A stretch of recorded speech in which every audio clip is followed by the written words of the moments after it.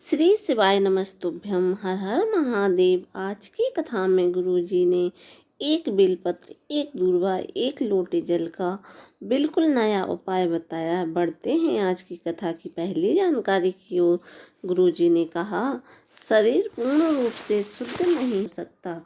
गुरुजी ने कहा, थोड़ा न थोड़ा, थोड़ी न थोड़ी अपवित्रता रह ही जाती है। कितना भी कोशिश कर लो, पर थोड़ी सी मात्रा में शरीर में अपवित्रता की रह आ ही जाती है। पर अगर आप अपने मन को पवित्र बना लेते हैं तो इसके एक अंश मात्र भी अपवित्रता नहीं आ सकती। शिव शरीर से प्रसन्न नहीं होते।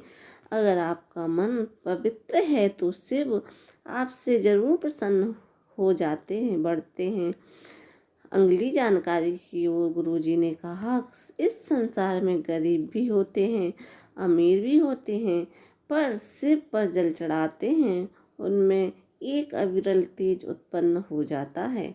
शिव महापुराण की कथा कहती है, कुछ चीज़ें सामूहिक रूप से होनी चाहिए। एक भोजन और सामूहिक रूप से होना चाहिए और एक भजन सामूहिक रूप से होना चाहिए। अगर आपके पास में कोई मंदिर है, शिवालय है, तो वहाँ पर सबको मिलकर हफ्ते में एक बार एक दिन भजन जरूर करना चाहिए मिलकर। गुरुजी ने कहा, जिसके घर में श्री शिवाय नमस्तुभ्यम लिखा होता है उसका घर उसका नहीं होता, शिव का होता है। शिव ही उसको संभालते हैं। अगर महादेव आपकी नहीं सुन रहे हैं तो गुरुजी ने इस नए उपाय की जानकारी दी है।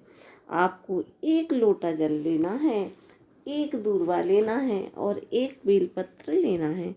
आपने जो एक लोटा जल लिया है, सबसे पहले उसे गणेश जी के स्थान पर अर्पित कीजिए। फिर कार्तिकेय जी के स्थान पर जल अर्पित करना है।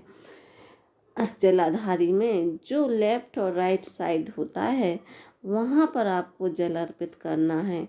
फिर शिवलिंग पर जल अर्पित कर देना है।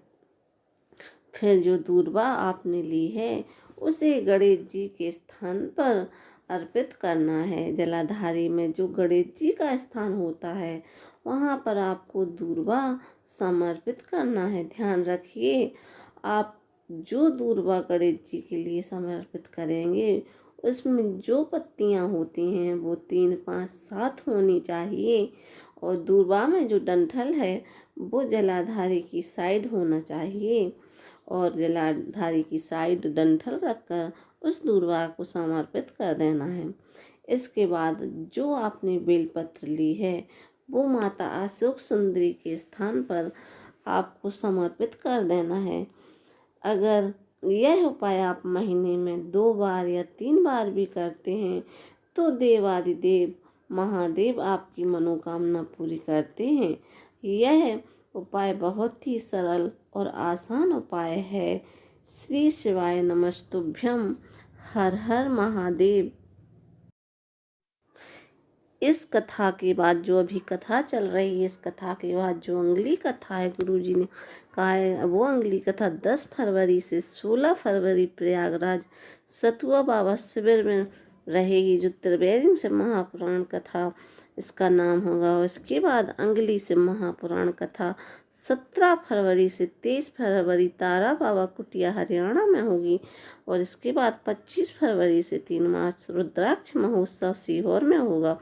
सीहोर में रुद्राक्ष महोत्सव होगा जहाँ पर रुद्राक्षों को साल भर में सिद्ध किया जाता है और उन रुद्राक्षों को हमारी बीमारी के लिए बांटा जाता है। अगर यह वीडियो आपको थोड़ा सा भी अच्छा लगे तो कमेंट में श्री शिवाय नमस्तुभ्यम हर हर महादेव जरूर लिखें। श्री शिवाय नमस्तुभ्यम हर हर महादेव। ओम नमः शिवाय।